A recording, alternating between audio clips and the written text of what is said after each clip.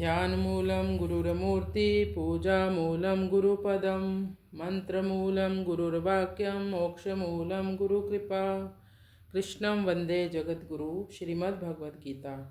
क्षिप्रं भवति धर्मात्मा शश्वच्छान्ति निगच्छति कौन्तेय प्रतिजानीहि नामे भक्ता प्रणश्यति। क्षिप्रं भवति धर्मात्मा शश्वच्छान्ति निगच्छति कौन्तेय प्रतिजानीहि नामे भक्त प्रणश्यति। वह अनन्य भक्त तुरंत धर्मात्मा बन जाता है और सदा रहने वाली परम शांति को प्राप्त होता है। हे कुंती पुत्र, तुम यह निश्चय पूर्वक सत्य जान लो कि मेरे भक्त का कभी विनाश नहीं होता, पतन नहीं होता। जो वे स्वयं ना करके अपने प्रिय भक्त अर्जुन के माध्यम से करवाते हैं, इसके पीछे का रहस्य यह है कि भगवान अपनी प्रतिज्ञा को कभी कभी भक्तों के वचन की रक्षा के लिए तोड़ सकते हैं, लेकिन वे अपने भक्त अर्जुन के वचन को कभी टूटने नहीं देते। भक्ति इतनी शक्तिशाली है कि यदि कोई व्यक्ति चाहे वह कितना भी पापी या दुराचारी क्यों न हो, सच्चे मन से भगवान की अनन्य भक्ति में लग जाता है तो भगवान उसे स्वीकार कर लेते हैं। एक बार भक्ति मार्ग पर आने के बाद भक्त को अपने पिछले पापों के प्रायश्चित के लिए अलग से कुछ करने की कोई आवश्यकता नहीं होती। भक्ति की प्रक्रिया ही उसे शुद्ध कर देती है और वह शीघ्र ही धर्मात्मा बन जाता है। भक्ति के मार्ग पर चलने वाले को न केवल पापों से मुक्ति मिलती है, बल्कि वह उस शाश्वत शांति को प्राप्त हो जाता है जो भौतिक संसार में संभव ही नहीं है। नामे भक्त प्रणश्यति, मेरा भक्त नष्ट नहीं होता। भक्तों के लिए सबसे बड़ी आशा और सुरक्षा है ये वादा भगवान का। यह दर्शाता है कि जो भी व्यक्ति पूर्ण समर्पण के साथ भगवान का आश्रय ले लेता है, उसका आध्यात्मिक पतन या विनाश कभी नहीं होता। भगवान स्वयं उसकी रक्षा करते हैं और उसे परम गति प्रदान करते हैं। भगवान की भक्ति का मार्ग सभी के लिए सुलभ है और एकनिष्ठ भक्त को भगवान का अटूट संरक्षण प्राप्त हो जाता है। तो हमें केवल सांगोपांग भगवान की भक्ति में लगना चाहिए।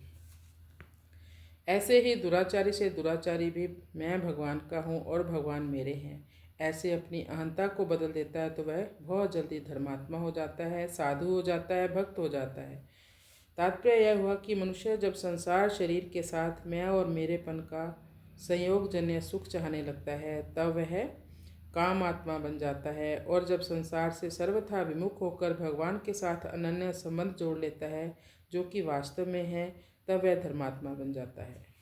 तो हमें हमेशा भगवान को ही याद करके चलना है, क्योंकि भगवान ही हमारे हैं और कोई नहीं। जैसे रोगी का वैद्य के साथ संबंध हो जाता है, ऐसे ही अपनी निर्बलता का और भगवान की सर्वसमर्थता का विश्वास होने पर मनुष्य का भगवान के साथ संबंध हो जाता है। जब मनुष्य संसार के दुखों से घबरा जाता है और उनको मिटाने में अपनी निर्बलता का अनुभव करता है, पर साथ ही साथ उसमें यह विश्वास रहता है कि सर्वसमर्थ भगवान की कृपा शक्ति से मेरी यह निर्बलता दूर हो सकती है, मैं सांसारिक दुखों से बच सकता हूँ, तब वह तत्काल भक्त हो जाता है। क्षिप्रम भवति धर्मात्मा। भूखे व्यक्ति को अगर अन्न मिल जाए तो क्या भोजन करने में देरी लगेगी, झट से खा जाएगा। जब तक मनुष्य को अपने में कुछ बल, योग्यता, विशेषता दिखती है, तब तक वह अनन्य भाग नहीं हो सकता, अनन्य चिंतन तो नहीं हो सकता। जब उसको दूसरा कोई उसके दुखों को मिटाने वाला नहीं दिखता, अनन्य भाग होते वह धर्मात्मा और भगवान का भक्त बन जाता है। भक्त का पतन नहीं होता क्योंकि वह भगवत निष्ठ होता है। उसके साधन और साध्य भगवान ही होते हैं।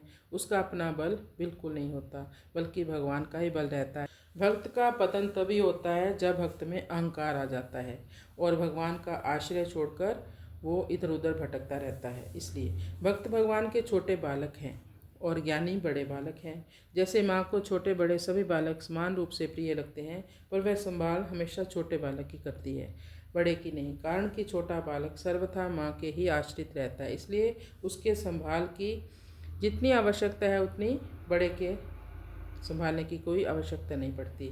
ऐसे ही भगवान अपने आश्रित भक्त की पूरी संभाल करते हैं और स्वयं उसके योगक्षेम का वहन करते हैं। परंतु ज्ञानी के योगक्षेम का वहन कौन करे, इसलिए ज्ञान का साधक तो योग भ्रष्ट हो गया है, पर भक्त योग भ्रष्ट नहीं हो सकता। हे कमल नयन, ब्रह्मा आदि देवता भगवान से कहते हैं, हे कमल नयन, जो लोग आपके चरणों की शरण नहीं लेते और आपकी भक्ति से रहित होने के कारण जिनकी बुद्धि भी शुद्ध नहीं है, वे अपने को मुक्त तो मानते हैं पर वास्तव में वो बद्ध ही हैं, बद्ध जीव हैं। वे यदि कष्टपूर्वक साधन करके ऊंचे से ऊंचे पद पर भी पहुंच जाएं तो भी वहां से नीचे गिरने की आशंका रहती है। परंतु हे भगवान, जो आपके भक्त हैं, जिन्होंने आपके चरणों में अपनी सच्ची प्रीति जोड़ रखी है, वे कभी उन ज्ञान अभिमानियों की तरह अपने साधन से नहीं गिरते। प्रभु, आपके द्वारा सुरक्षित होने के कारण वे बड़े बड़े विघ्न डालने वाली सेना के सरदारों के सिर पर पैर रखकर निर्भय होकर विचरते हैं। कोई भी विघ्न उनके मार्ग में रुकावट नहीं डाल सकते।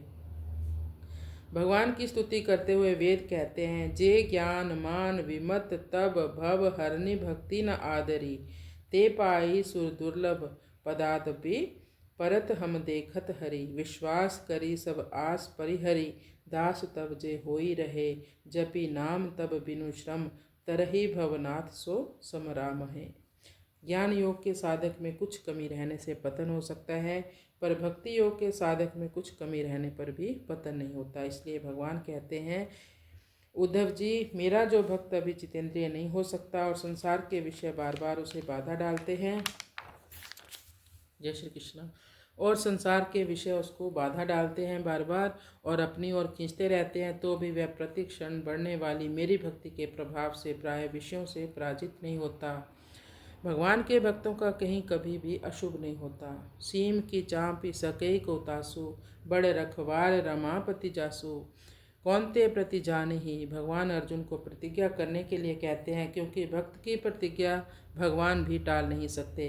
भक्ति भगवान की कमजोरी है, इसलिए भगवान ने दुर्वासा से कहा, हे द्विज, हे ब्राह्मण श्रेष्ठ, मैं सर्वथा भक्तों के अधीन हूँ, स्वतंत्र नहीं। मुझे भक्तजन बहुत प्रिय हैं, उनका मेरे हृदय पर पूर्ण अधिकार है।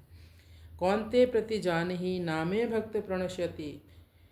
यह दृढ़ विश्वास करना चाहिए कि मेरा पतन हो ही नहीं सकता, क्योंकि मैं भगवान का हूँ, भगवान मेरे हैं।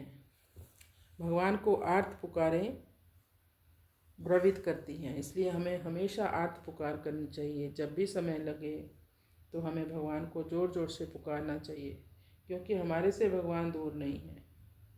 कृष्णाय वासुदेवाय हरये परमात्मने, प्रणत क्लेश नाशाय गोविंदाय नमो नमः।